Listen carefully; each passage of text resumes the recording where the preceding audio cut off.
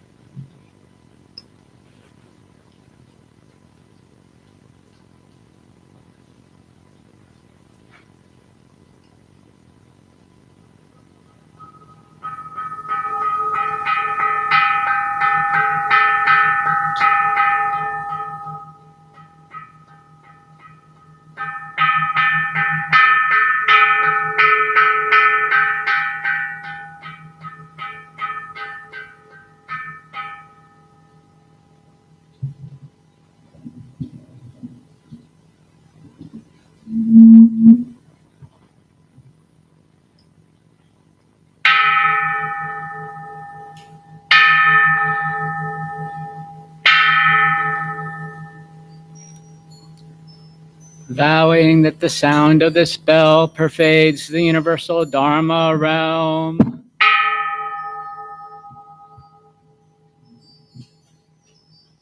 Bringing luminous white light to the black iron perimeter of hell. Removing in an instant the suffering caused by the 3 evil ways. A mountain of swords destroyed, and all sentient beings enter enlightenment together. Homage to the Master Teacher, Vairocana Buddha, compassionate Lord of the Lotus-born universe, expounding the treasured verses of the sacred golden text contained within precious cases, written on jade scrolls. Each dust mote interpenetrates and the universe becomes one. Every realm is united with all other worlds. The truth is contained in the 1,095,048 words of the utmost vehicle's consummate teachings. Homage to the Avamsaka Sutra expounded by the Buddha. To understand the Buddha of endless time, just penetrate this phrase. Everything is created by mind alone. The mantra of shattering hell. Namu Ata Shiji Nam Samyak Samotaguchi Nam Om Ajana Baba Ratiri Jiri Hum. Namu Ata Shiji Nam Samyak Samotaguchi Nam Om Ajana Baba Jiri Jiri Hum. Namu Ata Shiji Nam Samyak Samotaguchi Nam Om Ajana Baba Jiri Jiri Hum. Vowing now for the rest of my life not to give rise to extraneous thoughts, following only Amitabha Buddha. Thought after thought will constantly merge with the rays of his jade-like brilliance, each instant never leaving the qualities of his golden form.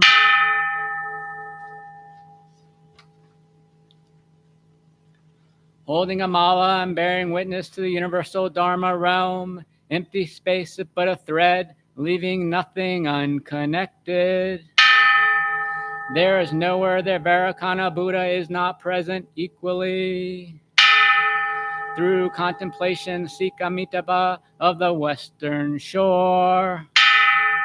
Homage to the great teaching master, Lord of the Western Shore, the Buddha, the Tathagata of infinite light. Homage to Amitabha Buddha. The land of ultimate bliss had 10 kinds of adornment. Homage to Amitabha Buddha. It is adorned with Dharmakaya's vow, his cultivation cause.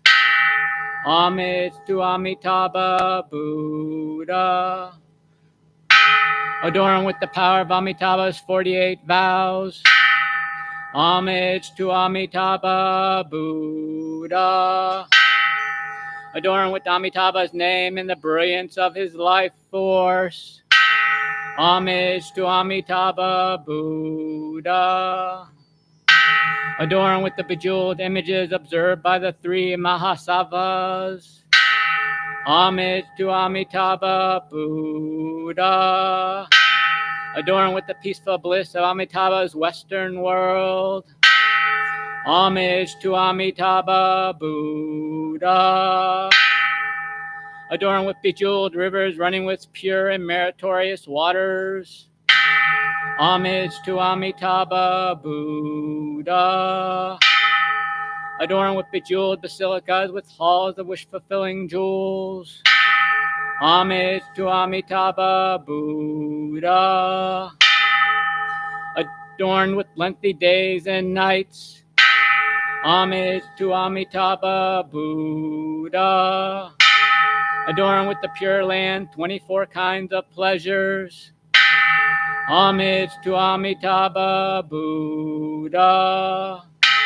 Adorned with 30 kinds of beneficial merit. Homage to Amitabha Buddha. Amitabha's Buddha is unparalleled in heaven or on earth. Homage to Amitabha Buddha.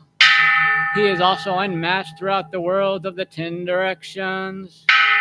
Homage to Amitabha Buddha. He has seen the annihilation of self and everything in the world. Homage to Amitabha Buddha. There is no one who is like Amitabha Buddha.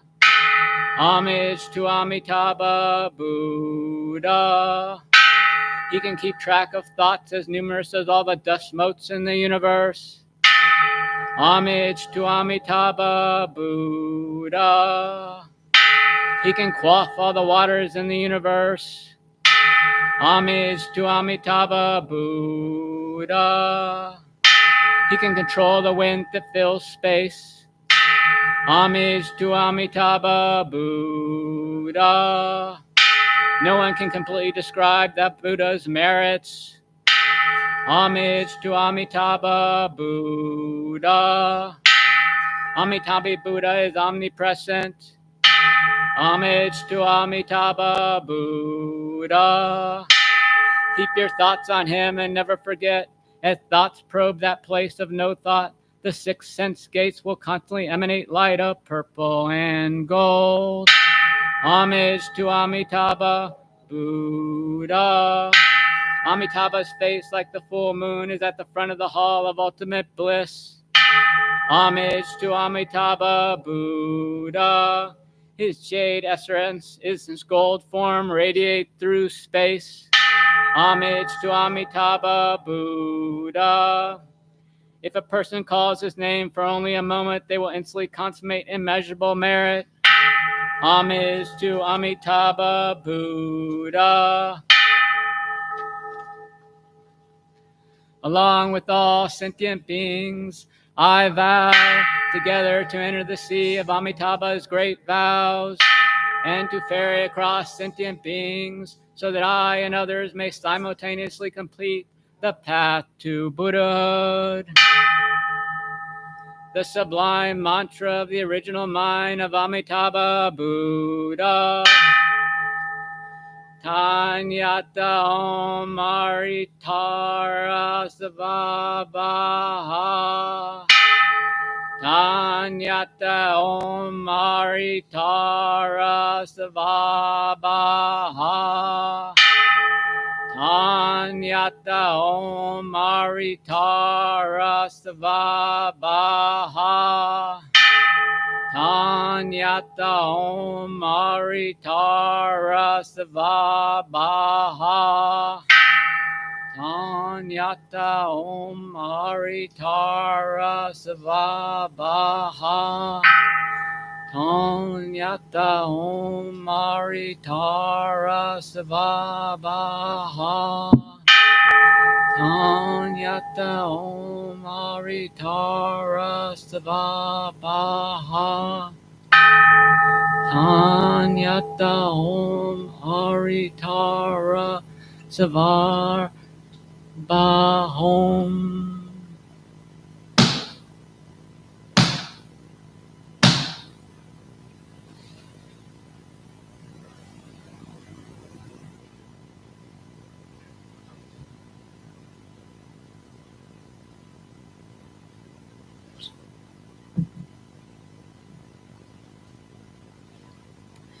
We will now resume noble silence.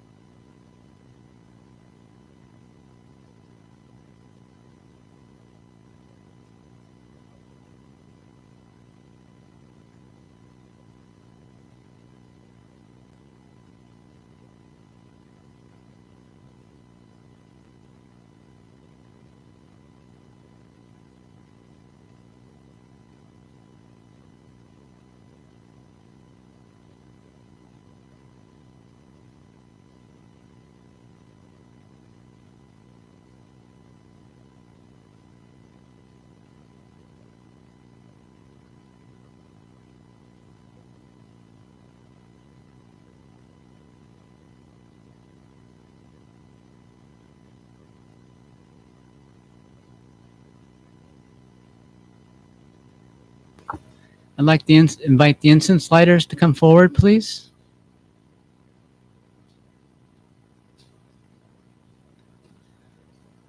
If you look in your chant book on page 2, there's the incense lighting gatha.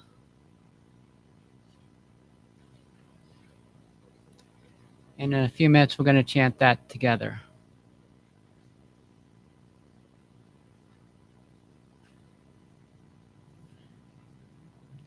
In gratitude, we offer this incense throughout space and time to all Buddhas and Bodhisattvas. May it be fragrant as earth herself, reflecting careful efforts, wholehearted awareness, and the fruit of understanding slowly ripening. May we and all beings be companions of Buddhas and Bodhisattvas. May we awaken from forgetfulness and realize our true home.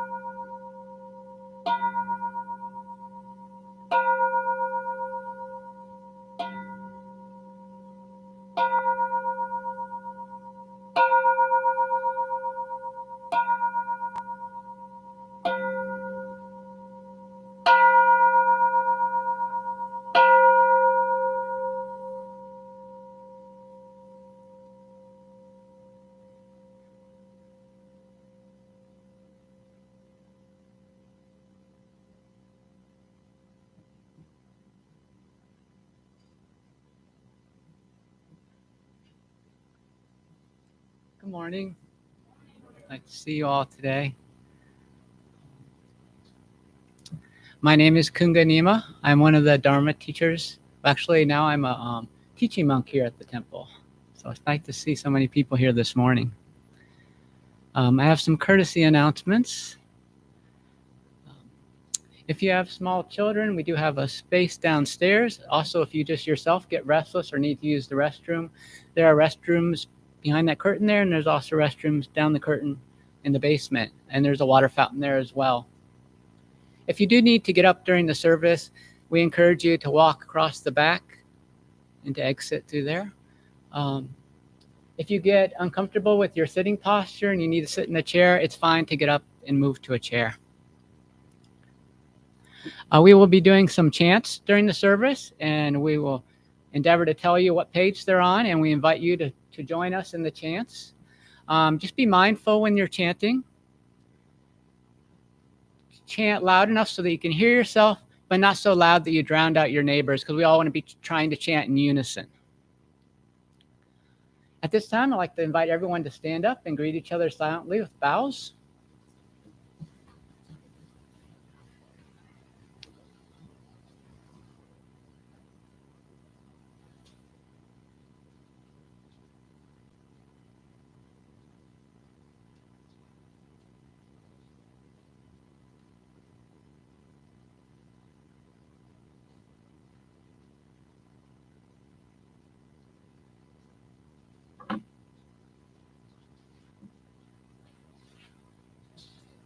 So now we will be doing our three refuge chant. That's on the third page.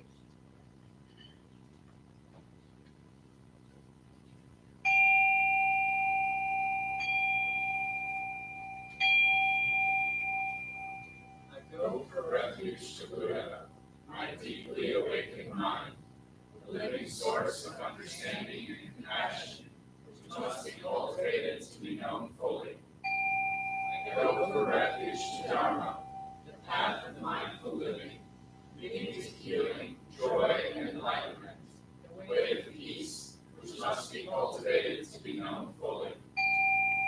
I go for refuge to the Sangha, the loving and supportive community of practice, realizing harmony, awareness, and liberation, which must be cultivated to be known fully. I am aware that the three jewels are within my heart. I vow to realize them. I vow to practice mindful breathing and smiling, looking deeply into things. I vow to understand living beings and their suffering. I vow to cultivate loving kindness and compassion and to practice joy and equanimity. I vow to offer joy to one person in the morning and to help relieve the grief of one person in the afternoon. I vow to live simply and sanely, content with few possessions, and to keep my body healthy. I vow to let go of all worry and anxiety in order to be light and be free. I am aware that I owe so much to my parents, teachers, friends, and all beings.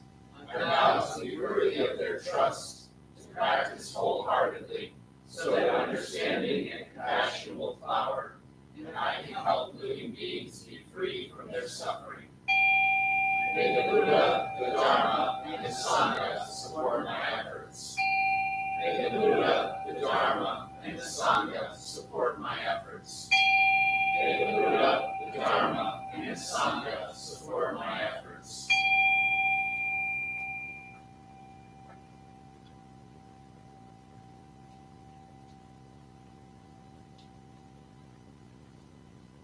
We now chant the Heart Sutra on the next page.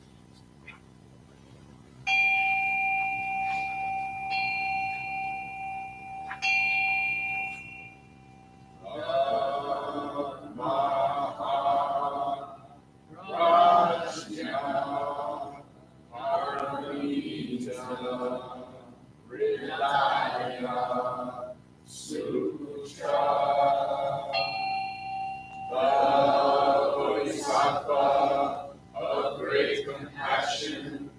from the deep practice of prajna, paramita. Perceive the emptiness of all five skandhas, and deliver all beings from their suffering. O Shariputra, form is no other than emptiness, emptiness no other than form, form is emptiness, emptiness form.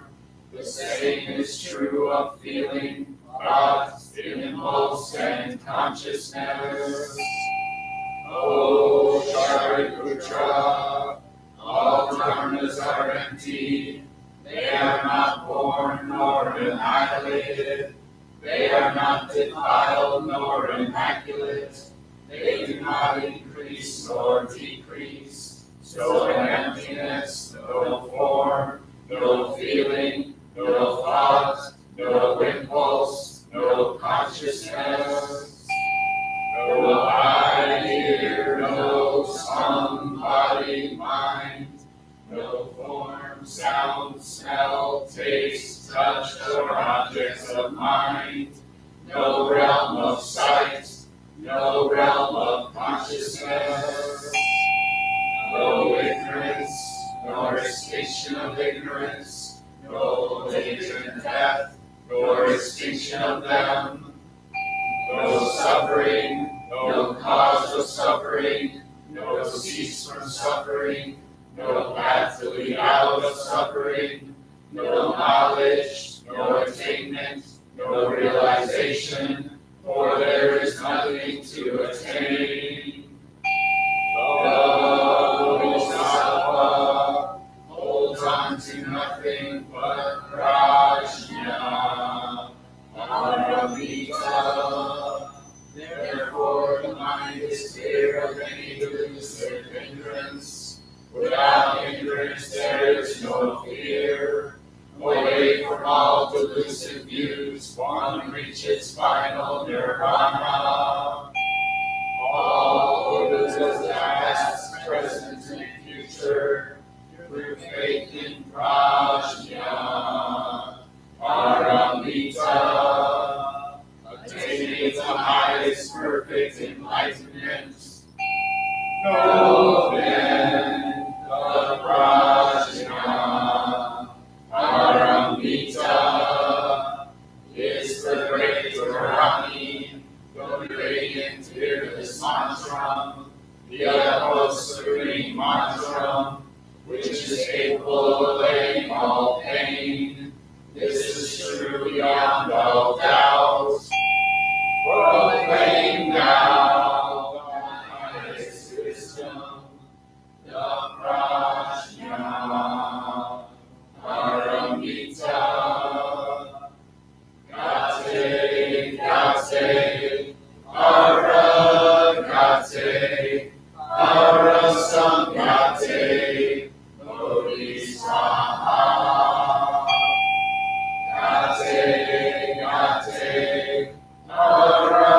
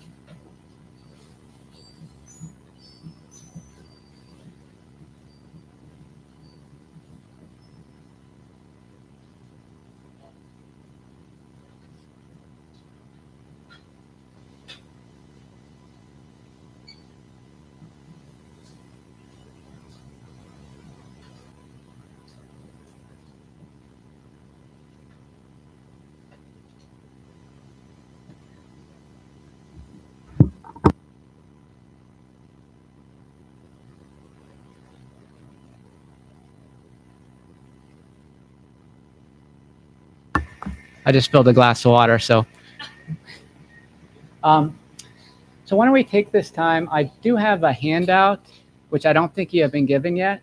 So if I could have one of the greeters like Changosu, there's a handout on the table right there. Could you hand that out to everyone? So like I said, my name is Kunga Nyima Drotos, and I'm a teaching monk here at the temple. And today I'm going to be talking about the first precept, but also I'm going to be talking about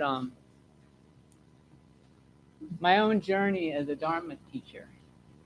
So we were thinking that in September, all the teachers would take time to talk about their path, kind of reintroduce ourselves to the Sangha.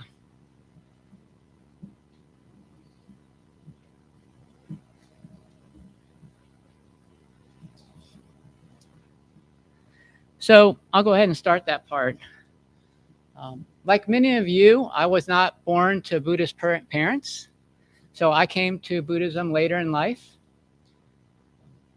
When I grew up as a Christian, my parents were Christians, but they didn't really attend church on a regular basis. So, you know, we didn't really practice the religions per se. You know, practice the basics. You know, be nice to others, don't lie, don't steal, those kind of things. I didn't really start a real religious practice until I met my future spouse, Therese, in the early 90s. And she was Catholic, and she was attending Catholic Mass every Sunday. And so since I didn't really have a practice, I just began to attend Mass with her. And that was my primary spiritual practice for the next 10 years.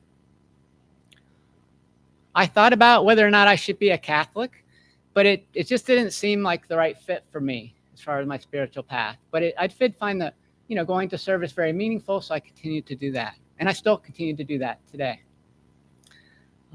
Thank you.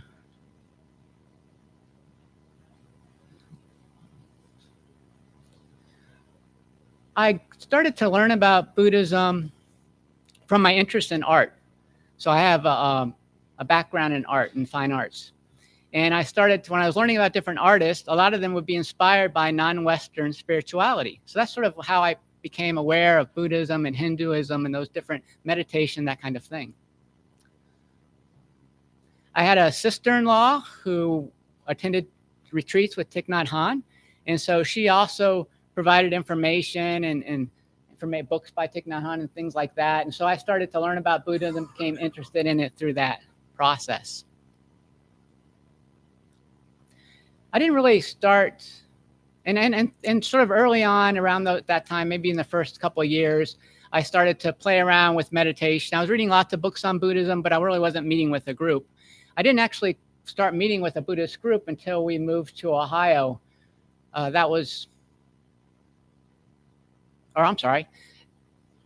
jumping ahead.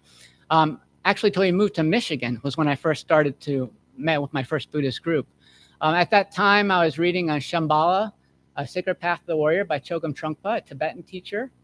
And I really liked this book a lot. And I found out that there was a Shambhala group meeting in Portage. So I started to go and attend services there. So this was about 17 years ago. And they would hold weekend retreats. In Shambhala, you kind of go through these different levels, and each level has a series of retreats connected with it. And I did that for a couple of years until finally I took my refuge vows, which is kind of similar to what we do with the preceptor training here at the temple. And I was given a Dharma name at that time. And my Dharma name is Kunga Nyima, which means all joy sun in Tibetan. My Dharma teacher is kind of cool. My teacher who came down for the refuge vow ceremony was a hospice worker in New York. So she did spiritual care in hospice. She was a Buddhist chaplain. And so I was working in hospice at that time too. So it seemed like a real nice connection. Around that time, I started to do more internal work on my practice, memorize chants, have a daily meditation practice. and we started a meditation group in St. Joseph, Michigan, where we lived. Started meeting at home, but then we met at the library, meeting twice a month to read like Buddhist scriptures together, and then also mostly we're reading for a Western interpretation of the Buddhist scriptures, and we were doing meditation together. We would have retreats once a year, and I helped facilitate that group for about 10 years. And that's right about the time that COVID hit, and that's where my introduction to the Grand Rapids Buddhist Temple started. I'd actually heard about the temple before and actually made a trip to a service before that, but it just seemed like, too far to drive. It's about an hour, 20 minutes from St. Joseph to get here. It just seemed like too far to drive, spend 3 hours driving on a Sunday for service. But once we were in COVID, nobody was going anywhere. The services became available online, and I started to get interested in them. I was introduced to the teacher Amko. Venerable Amko was a teacher here at that time, and I actually took the precepts with him virtually, and then I became a Dharma teacher intern here. Went through that whole process, started giving talks here, and that's kind of how I ended up where I am here today. So kind of pretty new with the temple, I think, just like 3 years here with the temple, but practicing Buddhism for maybe close to 20 years, So that's sort of me in a nutshell, at least one part of me. And that's always changing too, right? So now I want to talk about the first precept. I thought of when I was really thinking about this talk, I was like, oh, I should interweave them together, talk about myself, talk about the first precept, but I couldn't figure out a good way to do it. So now we're just going to change gears. So I gave everyone a handout on the first precept. I have a copy of it here. And the first quote is the one we provide to the preceptors here at the temple. We actually provide a longer sutra reference that has all 5 precepts in here. I just took out the first precept. Here, monks, a noble disciple gives up the destruction of life and abstains from it. By abstaining from the destruction of life, the noble disciple gives to immeasurable beings freedom from fear, hostility, and oppression. By giving to immeasurable beings freedom from fear, hostility, and oppression, he himself will enjoy immeasurable freedom from fear, hostility, and oppression. This is the first of those great gifts and the 4th stream of merit. So the first precept is more commonly known as to abstain from killing, to abstain from harming life.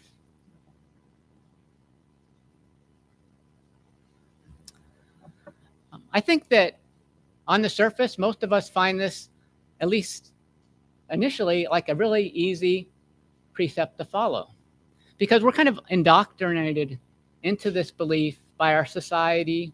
If we're Christians, that's the same as the first commandment, right? Thou shalt not kill. Even if we're not Christians, though, we live in a society where that's against the law. If you kill somebody, you go to jail. You might even, be in jail for the rest of your life. So that's a pretty strong preventative. And so that makes it relatively easy for us to follow that first precept on a really basic way. However, if we kind of take it a little bit deeper and think about broader implications of it, it can be a little bit more difficult. So when I was thinking about this, I thought about, there might be some of us here who have served in the military. There might be some of us here who have friends or family that serve in the military. And what about those people in that position? They might be coming to a time in their position where they might have to take a life, to defend themselves, or maybe as part of their duty to defend the innocent or the vulnerable in a certain situation.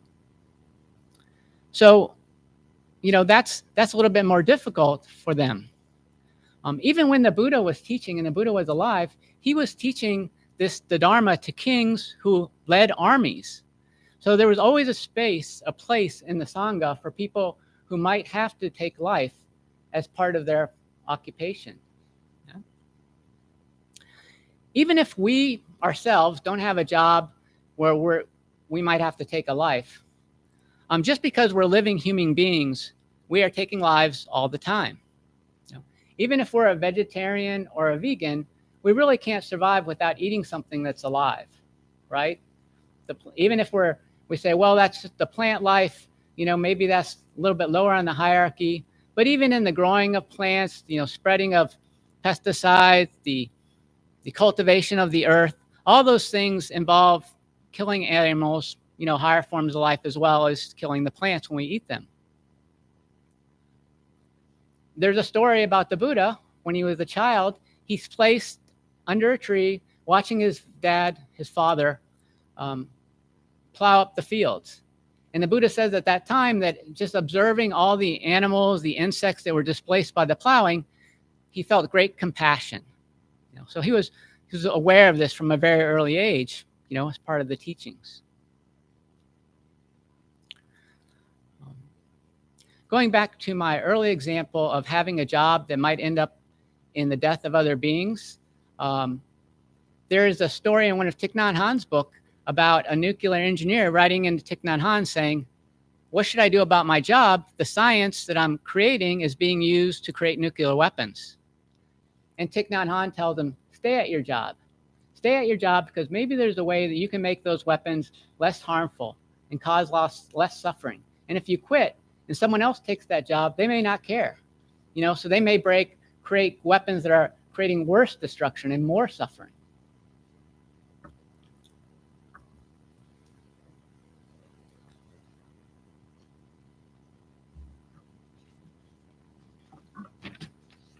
So I want to introduce the next quote here. This is from Thich Nhat Hanh, and we also provide this quote of the first precept to our preceptors. It's called Reverence for Life. Aware of the suffering caused by the destruction of life, I am committed to cultivating the insight of inner being and interpenetrating, and learning ways to protect the lives of people, animals, plants, and minerals. I am determined not to kill, not to let others kill, and not to support any act of killing in the world, in my thinking, and in my way of life. Seeing that harmful actions arise from anger, greed, fear, and intolerance, which in turn come from dualistic and discriminative thinking, I will cultivate openness, non-discrimination, and non-attachment to views in order to transform violence, fanaticism, and dogmatism in myself and in the world. So Thich Nhat Hanh has a great way of taking these precepts, these that are 2,000 years old, and bringing them up into the present moment. So when he talks about them, he talks about the real world. When we exist in the real world, the modern world, how can we follow these precepts? So this is a long translation, and I just want to focus on the one part in the first sentence: aware of the suffering caused by the destruction of life. So this goes back to that idea that, when we kill, it causes suffering. Causes suffering for whatever is being killed. If it's a person, it causes suffering and grief for their families, and all those are connected with them. We can think of if we're talking about animals, eating animals, we know that sometimes the way animals are harvested, the kind of farming, that can cause increased suffering for the animals. But it's really kind of hard to get away from this suffering. I mean, because we have to eat to survive. There's no way, there's going to be some suffering there. And the Buddha says in the First Noble Truth, life is suffering. So I think he's acknowledging that, with the first precept, maybe what our goal should be realistically is to try and reduce the amount of suffering we cause by harming life, knowing that we're going to be always causing some harm. So I want to finish off this talk by looking at this precept from another direction. I want to think about the idea that, and this is kind of mentioned in Thich Nhat Hanh's place, where he says,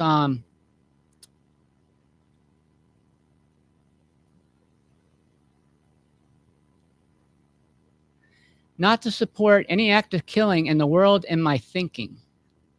So how do we kill in our thinking? So we've been talking about sort of relative view of the first precept.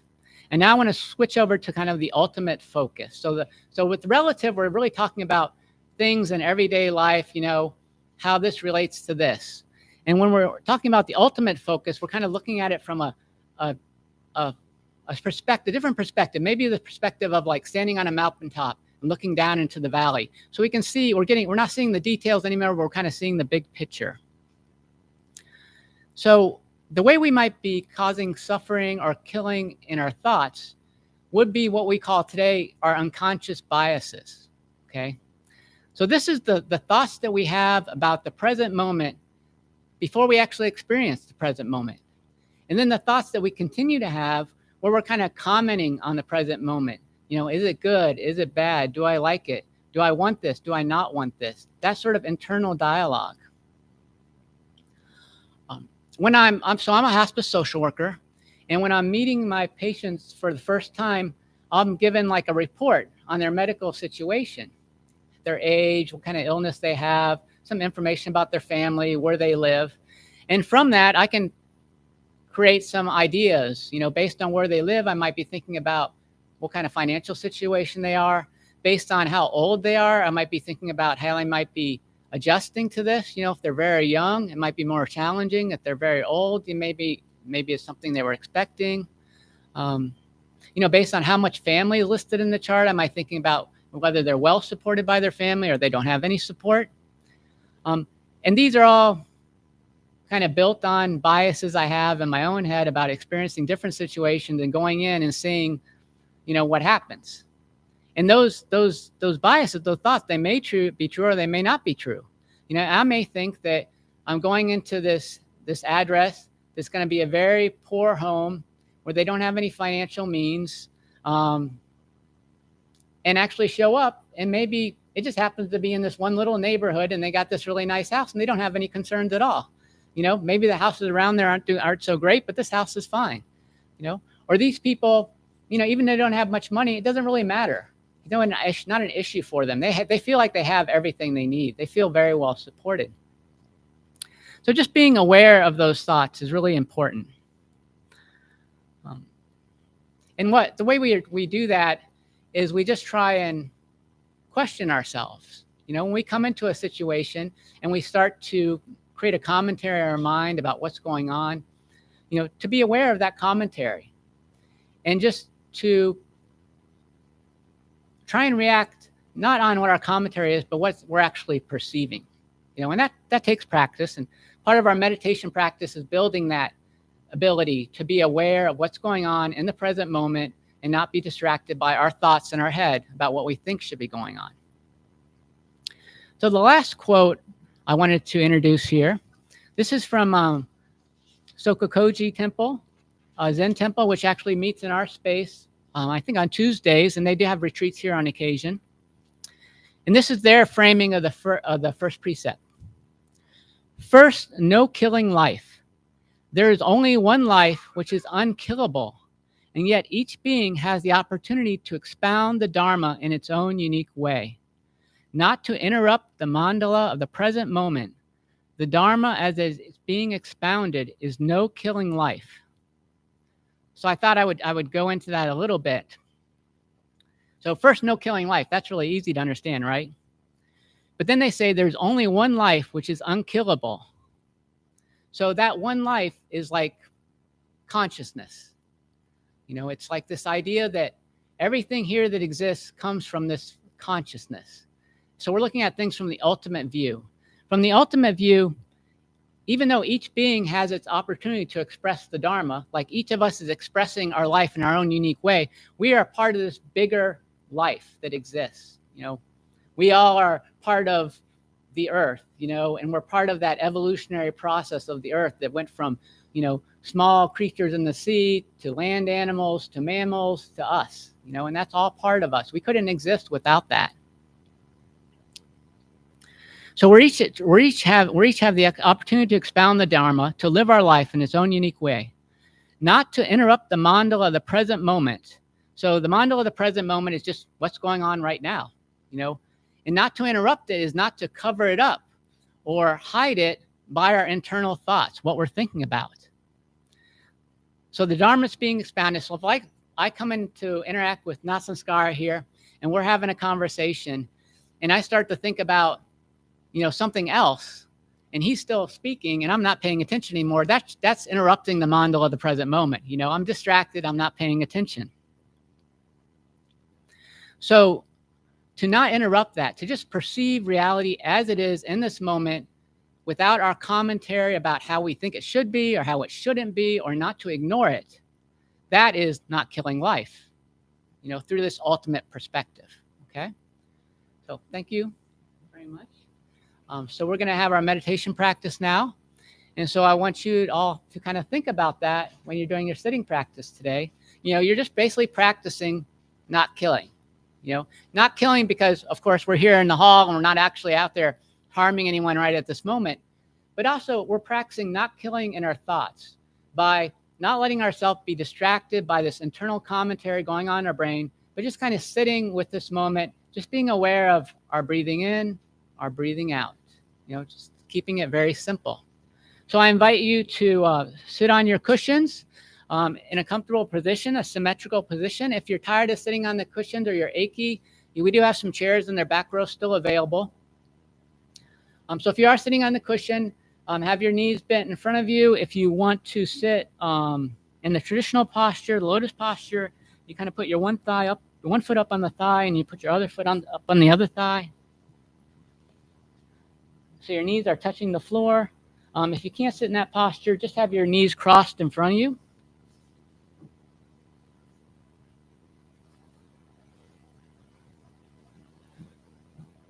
Try to sit up nice and straight. Pull your shoulders back. Tuck your chin in. Put your hands in your lap, rest it up against your stomach. Right hand inside the left hand, thumbs lightly touching. And then you can either have your eyes open or closed. In Zen, they recommend having your eyes open. If you have them open, just kind of look down at the floor in front of you or look at the back of the person in front of you. Just a soft gaze. You're not really trying to stare. If that's too distracting for you, you can just close your eyes. Relax your mouth. Put your tongue up against the top of your teeth. And just to be aware of your breathing. If you feel like that you're really distractible, you can be aware of your in-breath and your out-breath, and you can count them. Start with breathing in and breathing out 5, breathing in and breathing out 4, all the way down to 1, and then just repeat. Or you can just be aware of the breath as it comes in through your nose or your mouth, into your stomach, and then as it's released.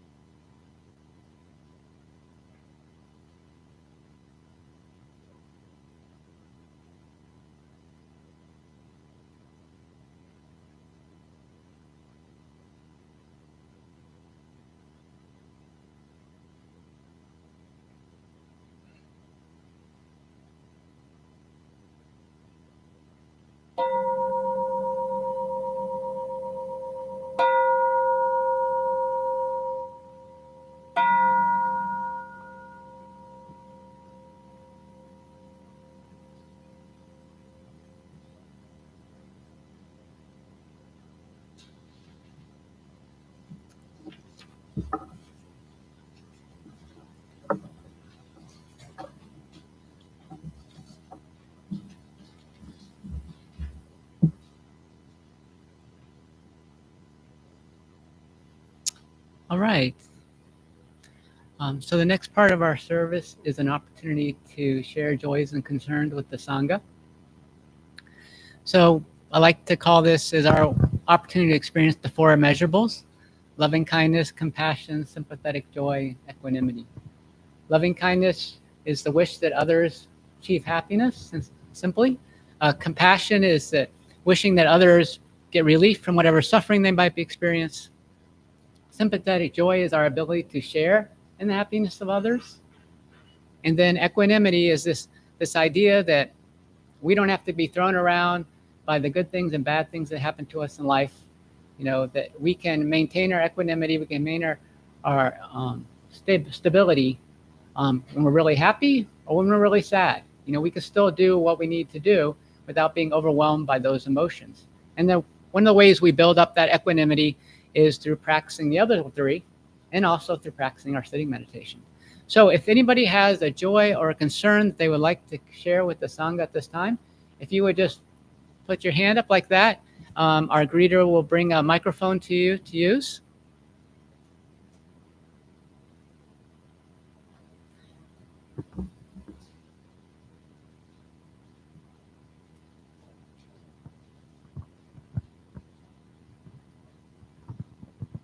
Good morning, Sangha. My name is Jueshin Su, or you can call me Shane. I have a joy. I performed my first wedding yesterday between two friends, and it was really sweet. So.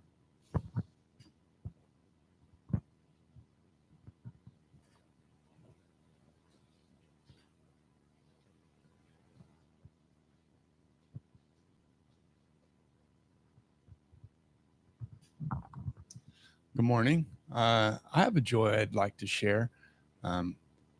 How Sue and I are not homeless because we sold our home and we purchased a new one. And that whole process took the last 3 months.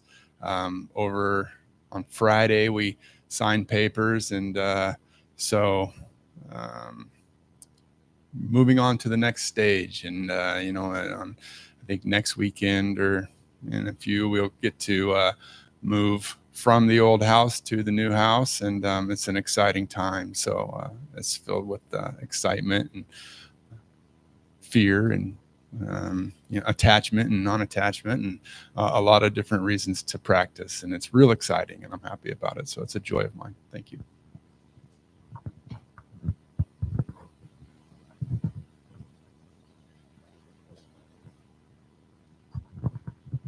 Good morning. Yeah, good morning, Sangha. I have a joy and a concern. I'll start with a concern. I have a dear friend of mine and a coworker. He stopped coming to work for about a week. He was calling in, and then it started no call, no show. So I was starting to get really concerned. And then we just got word that he's seeking treatment for addiction. And so he's seeking help from Network 180. So he's just waiting for a bed. And work is aware of it, and everything's in place. Like he's a good place. So I'll just say, if you hold in his heart, like that he's receptive of, and he gets the care that he deserves, that'd be really appreciated. And you ever just wake up in joy? Oh my God, I just woke up. Like, oh, I'm in joy today. Like right off the bat, it was a good place to be. And so on the way up here, there's someone running. It was like that vow to bring joy to somebody else in the morning. So someone's running past me. I see her running. And I throw my hands up and say, "You're doing great." And she just bursts out laughing and says, "Thank you." And I was like, "I'm joy." She receives my joy, smiles back and says, "I'm joy too." And then I got more joy. It was awesome. So I thought I'd share that joy.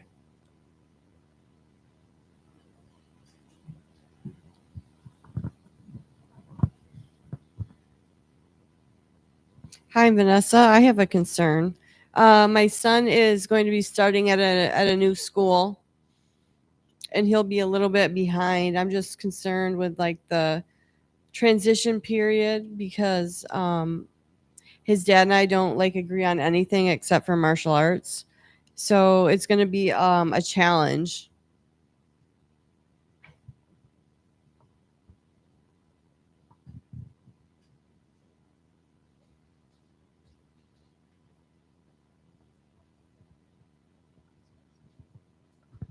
Hi, my name is Ashton or Chungo Su. I'm just joyful with all the help that was here this morning from the preceptors. Thank you all. Just cleaning up, getting the temple ready. It looks great in here. It smells great. So just wanted to express my thanks.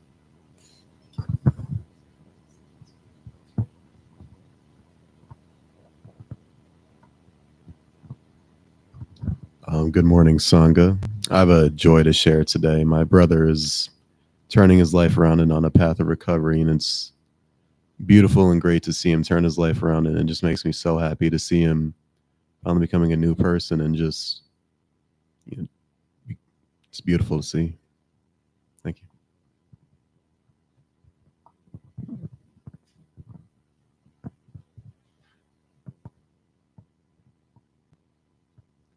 I want to share joy also. Just really great to be here. I haven't been here in probably about a month. It's nice to see so many people here. It's great to come down and spend the day in Grand Rapids with you all. Appreciate it. Good morning, Sangha. Me and my brothers, I have a concern. My brother's grandfather had a stroke over the weekend, and I'm just really kind of concerned about him. He's a really good grandfather to us, and just some thoughts and prayers would be much appreciated.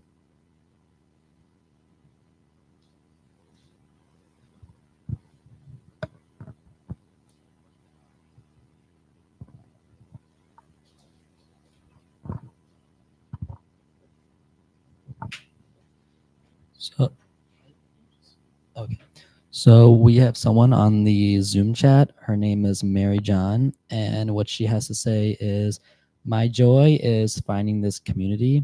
My sorrow is that I can't join in person this week or next week due to work obligations that have gotten intense.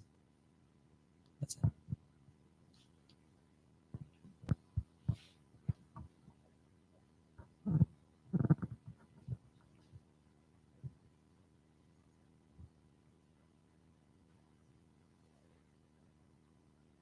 Right. Thank you so much. We're going to take a moment to hold these joys and concerns in our heart.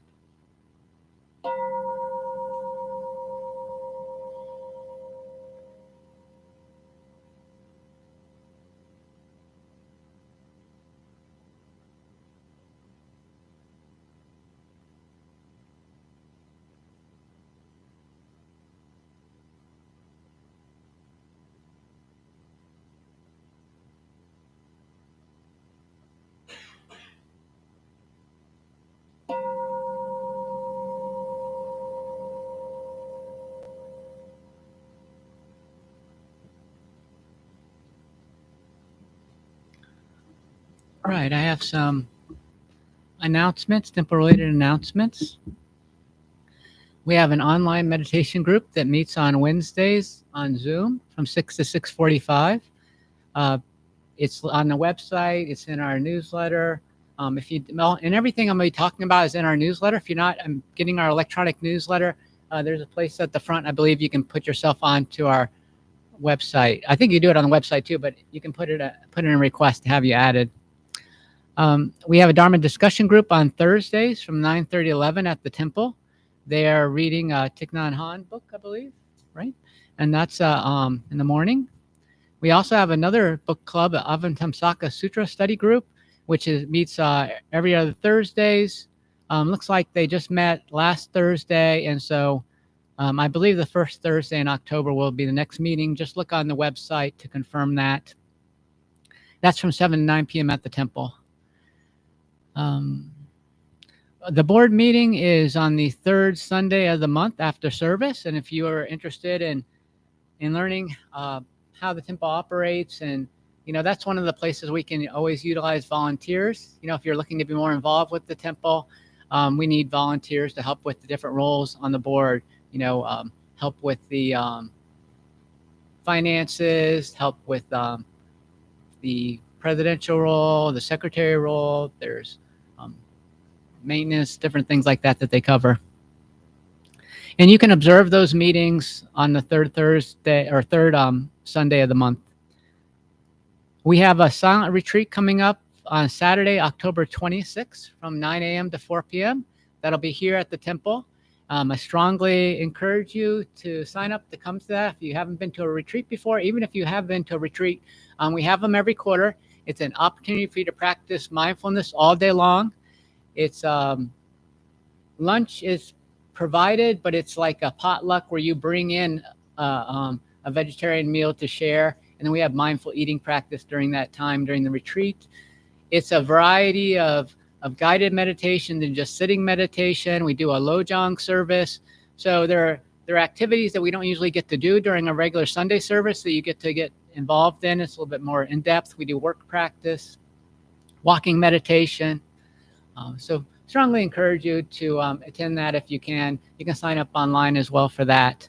It's only $25, not very much, and no one is turned away from any of our activities because of financial means. You can't pay for it. We also have Buddhist-based recovery meetings. Monday, 6:30 is the meditation, 7 p.m. is the meeting here at the temple. Wednesday, 6:30 at the Alano Club, and also at which is on 1020 College Avenue. Fridays, 10:05 is a meditation, 10:30 at the meeting, and that's at Garfield Park. As long as the weather is nice, that's also available via Zoom. All right. Are there any other temple-related announcements? I'm going to go ahead and give one about Dana, which is our generosity, the paramita of generosity. So this temple is run entirely by volunteers. The Dharma teachers, the Dharma disciples do the incense lighting and will help out with the teacher's assistants. All the people on the board, no one is getting paid for those roles. Everything is a volunteer position. The lights are on, and we're able to have this building, have this wonderful space is because of monetary donations. So we encourage you to provide that, but we also encourage you to come in, at 8:30 to help set up. Right now we have the preceptors helping us set up, and we have 5 of them. So we don't need that. That's not that, not a big deal right now, but we also use volunteers to help with the greeting, help with incense lighting, and we will train you in those activities. If you're interested, just talk to Nasanskar or send me an email, and I'll give you the information you need. But everything here is based on people's generosity, and generosity is a wonderful practice, and we're giving you an opportunity to practice it here. So thank you so much. At this time, I'd ask everyone to stand up, and we'll say our closing gapas together. And this is also in your chant book.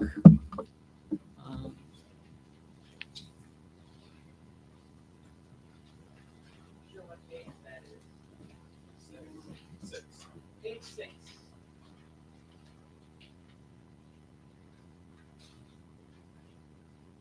For all skillful actions ever committed by me since of old, on account of my beginningless greed, anger, and ignorance, born of my body, mouth, and thoughts, now I atone for them all. Vast is the robe of compassion, a formless field of benefaction. I wear the Buddhist teachings for the benefit of all sentient beings. All beings, one body, I vow to liberate. Endless blind passion, I vow to uproot. Dharma days without number, I vow to enter. The great way of Buddha, I vow to attain.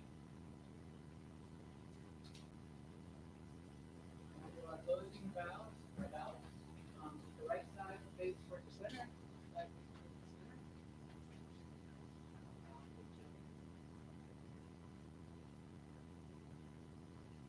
Thank you. If you could please put your chant book, turn it back to the front cover, and you can hand the chant book back to someone will be going around gathering them. And the handout itself, you can keep that outside. You can take that with you if you like. Otherwise, keep that out of the chant book. And we'll have a very short social hour today because we have a preceptor meeting at 11:15 downstairs. So you can have a longer social hour at the front entrance over there if you'd like, or over here. But downstairs we'll be having a preceptor meeting starting at 11.